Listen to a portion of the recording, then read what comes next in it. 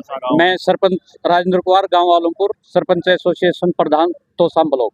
आज ये यहाँ पर ट्रैक्टर वितरित किए गए हैं, आपके गांव को भी ट्रैक्टर मिला है, तो हाँ क्या जी। कहना चाहिए? आज ये बहुत अच्छी पहल है। माननीय बहन श्रुति चौधरी, कैबिनेट मंत्री, राज्यसभा सांसद श्रीमती किरण चौधरी, सांसद धर्मवीर सिंह जी ने ये डीएमएफ के पैसे से ये पहली बार हुआ है ऐसा।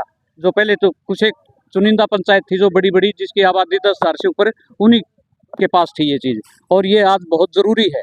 गांव में कचरा उठाने के लिए, साफ सफाई के लिए ट्रैक्टर का बहुत अच्छी पहल की है। इसके लिए मैं धन्यवाद देना चाहूँगा बहन श्रुति चौधरी, राज्यसभा सांसद किरण चौधरी और सांसद चौधरी धर्मवीर सिंह जी को। तो ऐसे में किस तरह की योग्यता की आवश्यकता पड़ती है जिन गाँवों को दिए जा रहे हैं, क्या प्रोटोकॉल्स हैं जिन गाँवों को ट्रैक्टर? देखो, जो सफाई कर्मचारी हैं, कोई बड़ी पंचायतें हैं उनमें 4 हैं, छोटी में 2 हैं, किसी में 1, और इसके लिए जो घर घर कचरा उठाने में बड़ी आसानी रहेगी। गलियों की साफ सफाई भी रहेगी। और मैं भी सांसद महोदय से भी, बहन श्रुति चौधरी से भी अनुरोध करूंगा, हमारी कुछ एक पंचायतें बची हुई हैं जिसमें ट्रैक्टर ट्रॉली नहीं है, वो भी जल्द उन पंचायतों में देने जा रहे हैं। तो ऐसे में कचरा उठाने के साथ साथ और किस तरह के कार्य ये ट्रैक्टर करेंगे अगर बात करें तो गाँव? तो गांव में कचरे के लिए सिर्फ ट्रॉली कचरे के लिए ही है, और बाकी कोई पर्सनल यूज में ये ट्रैक्टर काम ना लिया जाए। इससे पहले किस तरह कचरा उठाया जाता था, दिक्कतें क्या थी? जो रिक्शाएं थी और जो नहीं उठा पाती थी, जो 3 पहिए की, वो कर्मचारियों को चलाने में दिक्कत आती थी। वो फिर कचरा डालने के लिए कच्ची जगह में वो चल नहीं सकती थी, काफी परेशानी आती थी। ट्रैक्टर के साथ ट्रॉली भी दी गई है कचरा डालने की? हाँ जी, ट्रॉली भी दी गई। हमारा मकसद है कि हमारे 3 डिस्ट्रिक्ट हैं, भिवाड़ी, दादरी और महेंद्रगढ़। माननीय प्रधानमंत्री जी ने 2014 में ही फैसला लिया था कि हमने अपने गांव को, शहर को साफ सुथरा बनाना। एक बात चालू होते ही शुरू में तो लोग चालू कर लेते हैं। मुझे याद है 2014 की पहली जो एमपी लेड की किस्त आई, तो हमने सबसे पहले सभी नगर पालिकाओं में बड़े ट्रैक्टर, लोडर, छोटे बड़े सभी कमेटियों में 15 या 16 थी, सबको दी। और उसके बाद एक रेगुलर हमने रूटीन कर रखा है कि हम कोशिश कर रहे हैं कि कोई गांव ऐसा ना बचे जिसमें साफ सफाई ना हो। जिनको ट्रैक्टर की, ट्रॉली की, कोई टैंकर की जरूरत है, हम वो देते हैं। आज की संख्या शायद 35-40 जितनी भी है, लेकिन इसके बाद भी हमारी कोशिश है कि मार्च 31 तक हम 200 के आसपास और तीनों जिलों में इसी प्रकार से आवश्यकता अनुसार वो ट्रैक्टर है, ट्रॉली है, साफ सफाई के लिए या कहीं टैंकर के, वो देंगे। जहाँ पहले ट्रैक्टर दे दिए, कोशिश है कि हमारी वहाँ टैंकर भी, ट्रॉली भी जाए। और हमने ये भी प्रार्थना करी है कि ट्रैक्टर केवल दिखाने के लिए नहीं, जो पंचायत ट्रैक्टर का यूज नहीं करता वो दूसरा गांव को दे दे। मकसद है कि देश साफ सुथरा स्वच्छ कैसे हो, हमें विकसित भारत बनाना है 2047 तक।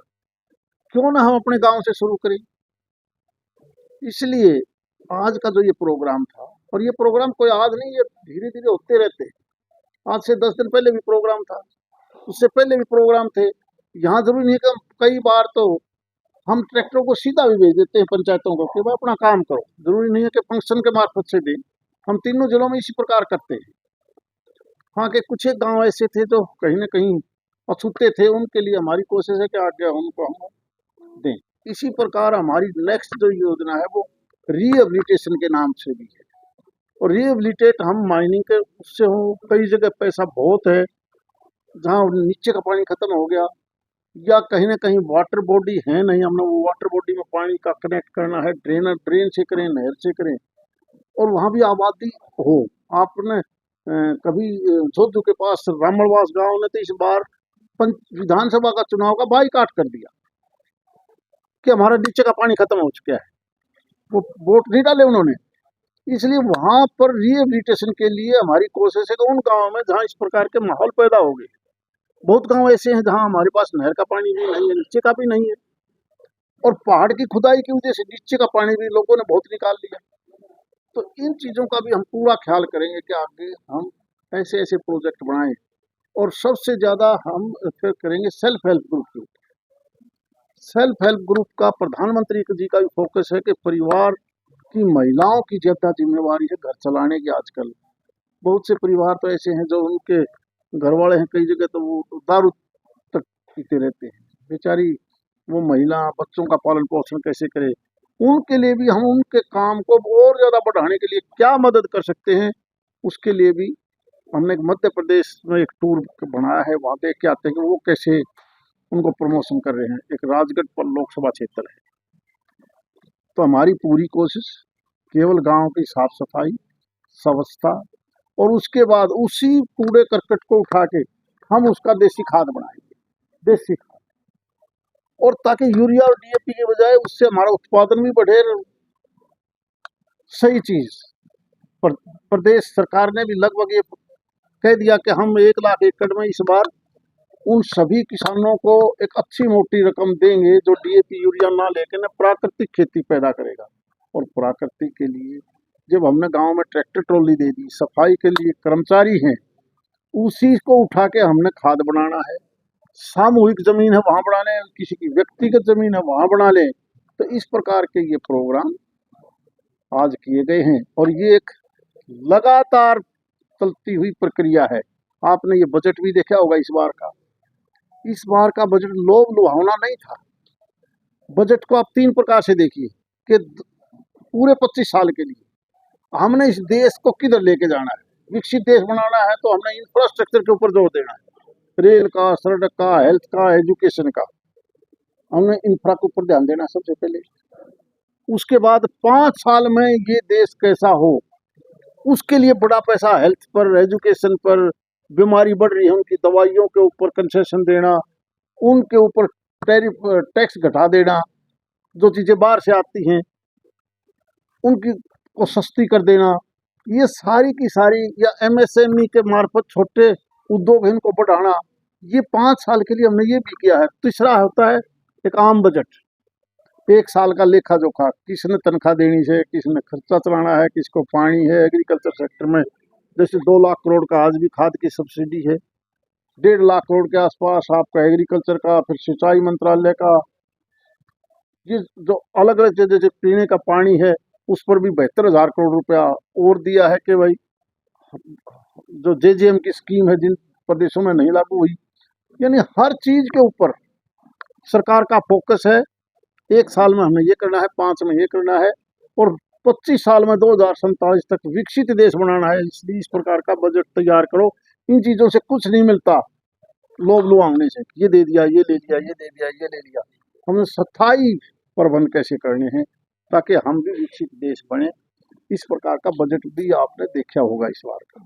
नई ट्रेड डील जो उसको लेकर अभी सारे लिखित में आया नहीं है। अब जब तक सिग्नेचर होके उस व्यापार के दोनों देशों के सिग्नेचर नहीं होते, उससे पहले तो केवल सुनी सुनाई बात हुई। हाँ, इतना बड़ा देश को बड़ा फायदा मिला है कि जो ये व्यापारिक समझौता हुआ है उसकी वजह से जो टैरिफ हमारे ऊपर बहुत भारी बोझ था, वो अमेरिका ने कह दिया कि हम टैरिफ को 18% लेके आ रहे हैं। क्या कहना है क्या नहीं, अभी क्या बताएं। जब तक किसी ने अभी उन धाराओं पर साइने नहीं हुए हैं, किसी अधिकारी के नहीं हुए, किसी मंत्री के नहीं हुए, किसी राष्ट्रपति के नहीं हुए, प्रधानमंत्री के नहीं हुए, वो तो फिर कोई वैसे कह दे देखो बाहर जाओगे तो आज ओले पड़ेंगे, आज इतनी भारी बारिश होगी, वो तो बड़े बात की कह दी, बादल तो ही सह को नहीं पड़ेंगे। नहीं, जब तक कोई भी आपके पास परफॉर्मा नहीं आता सिग्नेचर होके, उससे पहले हम क्या कहेंगे। हाँ, इतना है कि देश की व्यवस्था दिखी है कि जो 25%, 40%, 50% था उसकी बजाय 18% पर अगर आते ही आपका सेंसेक्स 1 से 30 छलांग मार गया। दुनिया के सारे देश अब हिंदुस्तान से समझौता करना चाहते हैं कि हिंदुस्तान एक उभरती ताकत है, क्यों ना हम इससे व्यापार बढ़ाएं। संसद के पार राहुल गांधी का जो बिट्टू को लेकर दो धरना प्रदर्शन चल रहा है, बयानबाजी चल रही, क्या मानते हैं संसद में ऐसा होना चाहिए? मैं तो सच्चाई, हम जब लोकसभा का अंदर का हाल और बाहर का हालात देखते हैं, इससे तो पंचायतों का भी भाईचारा बढ़िया है। चुने हुए आदमी जो लाखों लोग वोट लेके जाते हैं और वहां जाके केवल जिंदाबाद मुर्दाबाद पट्टी हटा के बरना के बैठ जाओ, मुझे लगता है ये देश के लिए अच्छा नहीं है।